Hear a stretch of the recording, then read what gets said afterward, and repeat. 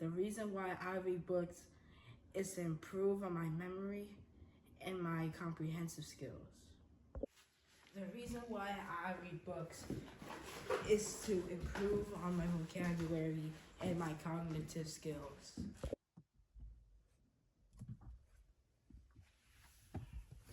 The reason why I read books is to improve on my communication, knowledge, and understanding. The reason why I read books is simple. My parents just want me to have a good education. Now join me as I read another book. Hello, it's Joshua Llewellyn. Today we're going to continue reading To Kill a Mockingbird by Harper Lee.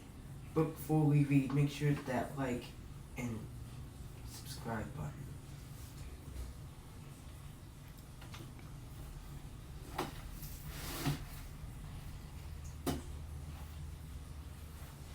Jesus Christ, never went around grumbling and complaining. You know, it did her good to hear it. Excuse me, ladies. Alexandra, could you come to the kitchen for a minute?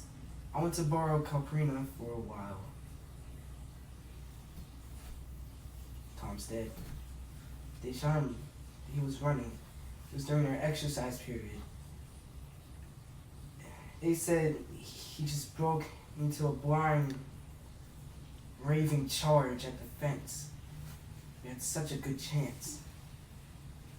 That's what I thought, but couldn't. I'm sure say that we had more than a good chance. Because Tom was tired of white men's chances and preferred to take his own. Cal, I want you to come out with me and help me tell Helen. Yes, sir. Mary Combe was interested by the news of Tom's death for perhaps 2 days. 2 days was enough for the information to spread through the country. Did you hear about? No. Well, they say he was running fit to beat lightning. To Maycomb, Tom's death was typical of a, I'm not saying that, to cut and run. Typical of a, again, colored person mentality, to have no plan, no thought for the future, just run blind the first chance he saw.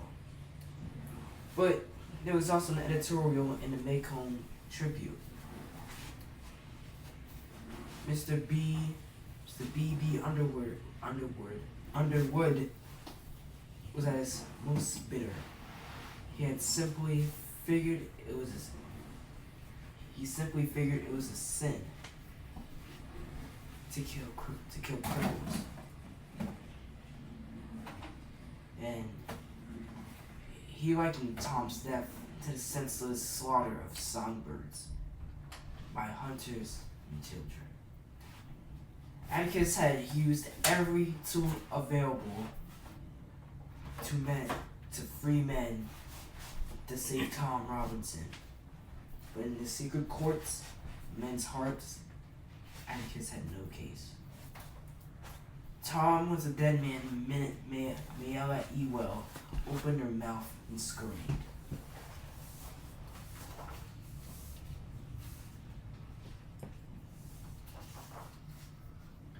Things did settle down, after a fashion, as Atticus said they would. Mr. Bob Ewell acquired and lost a job in a matter of days, and probably made himself unique in the annals of the 1930s. It's the only man I ever heard of who was fired from the WPA for laziness.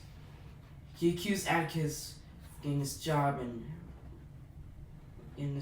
resumed his regular weekly appearances at the welfare office for his check. Mr. Ewell was soon as forgotten as Tom Robinson. Tom Robinson was as forgotten as Boo Radley. Radley Place had ceased to terrify me, but no less gloomy, no less chilly under its great oaks, and no less uninviting, and no less uninviting. Man, nobody bothers them tonight. Scary place though, ain't it? Who doesn't mean anybody any harm, but I'm right. I'm glad you're along. You know Atticus. Won't let you go to the schoolhouse by yourself. Ain't you scared of him? What was that old thing? Angel Bright, life and death. Get off the road. Don't suck my breath. Hints, hot streams, incantations, secret signs have vanished for years as mist with sunrise. God almighty. Thought you'd be coming along this way. What are you doing way out here by yourself, boy? Ain't you scared of Boo Radley? My parents drove me to the school. Say, Cecil, ain't you a cow tonight? To mark Halloween, Mrs. Merriweather had composed an original pageant to be held in a high school auditorium entitled Macomb County Ad Astra per Aspera. And I was to be a ham. She thought it would be adorable if some children were costumed to represent the county's agricultural products. Cecil Jacobs would be dressed up to look like a cow. Agnes Boone would make a lovely butterbean. Another child would be a peanut. And on down the line until Mrs. Merriweather's imagination and the supply of children were exhausted. Mrs. Crenshaw, the local seamstress, did a fine job.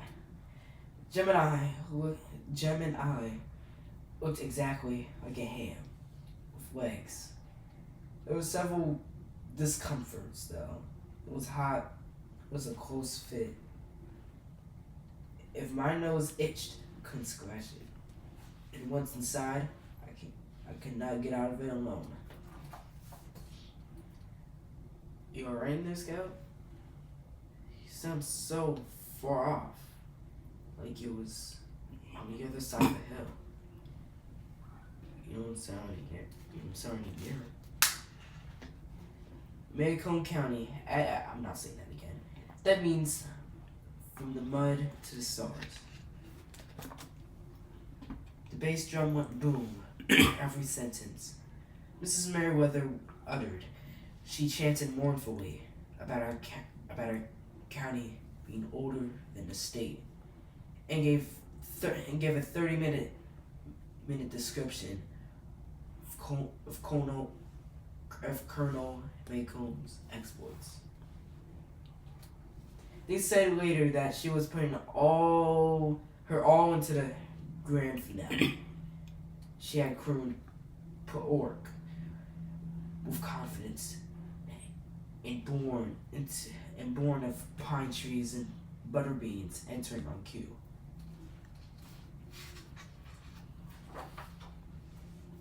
Mrs. Merriweather seemed to have a hit. Everybody was cheering so. But she caught me backstage and told me that I ruined her pageant. Jem consented to wait backstage with me until the audience left. You want to take it off, Scout? I'll keep it on. I can hide my mortification under it. There aren't many folks left. Let's go. Scout? What? Nothing. Felt his fingers press the top of my costume too hard, it seemed. Jem, you don't have to... Hush a minute. Scout. He was pinching me. What you thinking about? Thought I heard something. Stop a minute. Hear anything? Jim, are you trying to scare me? You know I'm too. Be quiet.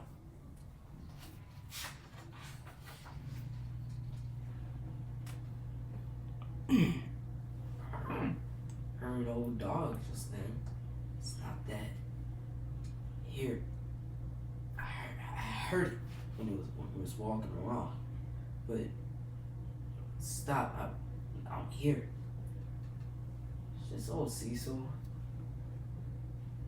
Just don't let him think we're hurting.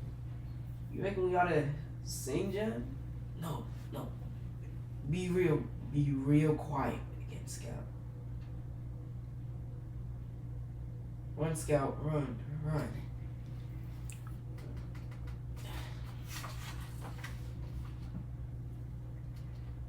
One mind works very slowly at times. I stood there dumbly.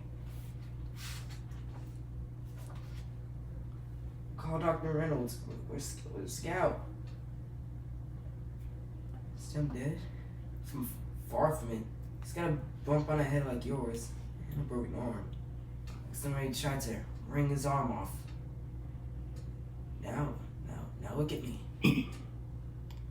He's not dead? No. He as good as nil. Boys his age bounce. Oh, Mr. Finch. I'll tell you what I found. Found those girl's dress. It's out there in my car. Is your dress, Scout? Yes, sir. It's a pink one of Smiley. Found some fun-looking pieces of muddy-colored cloth. That's my costume. Mr. Tate.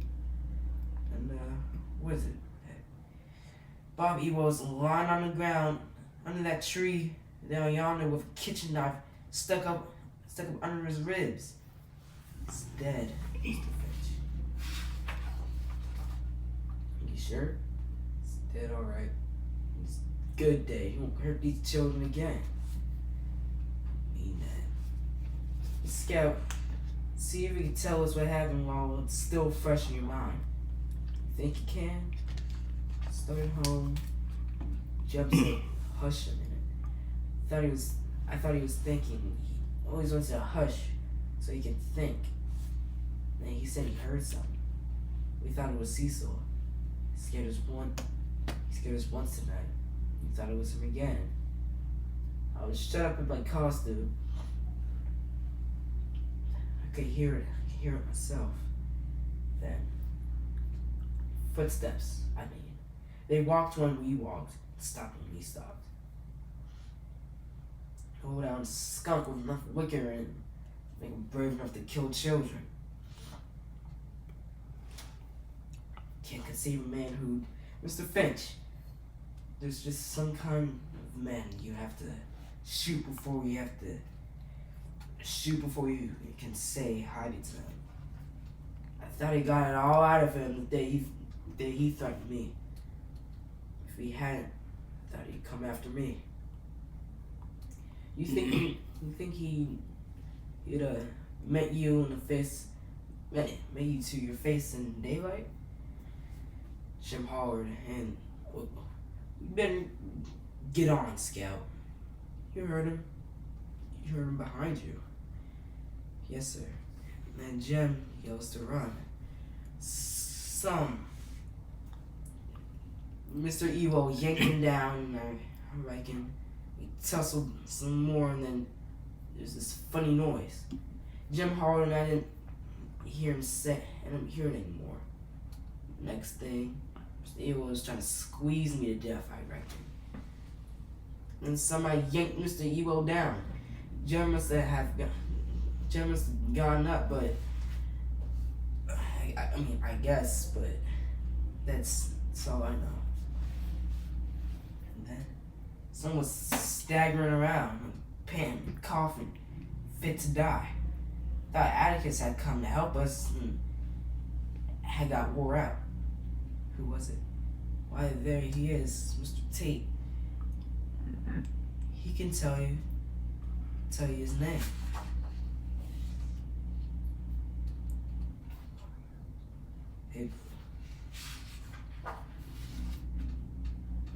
Mr. Arthur? Jean Louis, this is Mr. Arthur Radley. I believe he already knows you. Alright, everybody. Out now. Provided you're fully satisfied, Gems alive, Scout. Let's go out into the front porch. There are plenty of chairs out there and it's still warm enough. Come on, Mr. Arthur. You don't know the house real well. Just take it to the porch, sir. Should you have a seat, Mr. Arthur? Oh, heck. I guess the thing to do, good lord. I'm losing my memory. Jem's not quite 13. No, he's already 13. Can't remember anyway. Come out before county court. What will, Mr. Finch? Of course, it was a clear-cut self-defense, but I have to go to the office and hunt up Mr. Finch. Hold on. You think Jem killed Bob Ewell? You heard what Scout said? No doubt about it. She said Jem got up and yanked him off her. Probably still got hold of Ewell's knife somehow in the dark. Mr. Finch, Jem never stabbed Bob Ewell. Heck, it was mighty kind of you. I know you're doing it from that good heart of yours, but nobody's hushing this up. I don't live that way. I don't want my boy starting out with something like this over his head. I don't want him growing up with a whisper about him. I don't want anybody saying Jem Finch. His daddy paid a mint to get him out of that. Mr. Finch, Bob Ewell fell on his knife. He killed himself. Heck, if this thing's hushed up, it'll be a simple denial to Jem the way I tried to raise him. Bob Ewell fell on his knife. I can prove it. Hey, can't you even try to see it my way? Jem and Scout know what happened. If they hear me saying downtown something different happened, heck, I don't have them anymore. He flung Jem down. He stumbled over a rock under that tree, and look, I can show you. I won't have it. God dang it. I'm not thinking of it, Jem. I'm not thinking of Jem.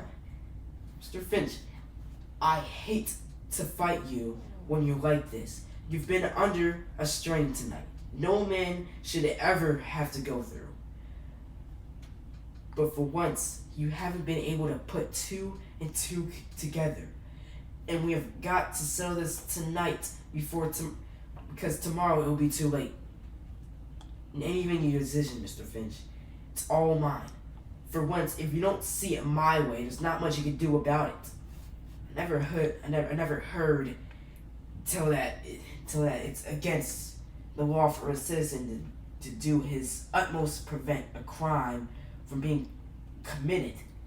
Maybe you'll say it's my duty to tell the town all about it and not hush up. You know what? You know what happened? You know what happened then? All the ladies in Maycomb, including my wife, to be knocking down his door, bring the angel food cakes. To my way of thinking, Mr. Finch, taking one man who's down, who's done you and this town a great service, and dragging him with his shy ways into the limelight. To me, that's a sin. And if it was any other man, it'd be different. But not this man, Mr. Finch. I may not be much, Mr. Finch, but I'm still Sheriff of Maycomb County. And Bob Ewell fell on his knife. Good night, sir. Scout, the Ewell fell on his knife. Can you possibly understand? Yes, sir, I understand. Mr. Tate was right. What do you mean? Oh, be sort of like shooting a mockingbird. Thank you for my children, Arthur. You'd like to say goodnight to Jem? Wouldn't you, Mr. Arthur? Still asleep. Dr. Reynolds gave him a heavy sedative. Jean Louise, see your father still in the living room? Yes, ma'am. I think so. I'll just go speak to him. A minute. Can't pet him. You can pet him. He's still asleep. You couldn't if he was awake. Though he wouldn't let you.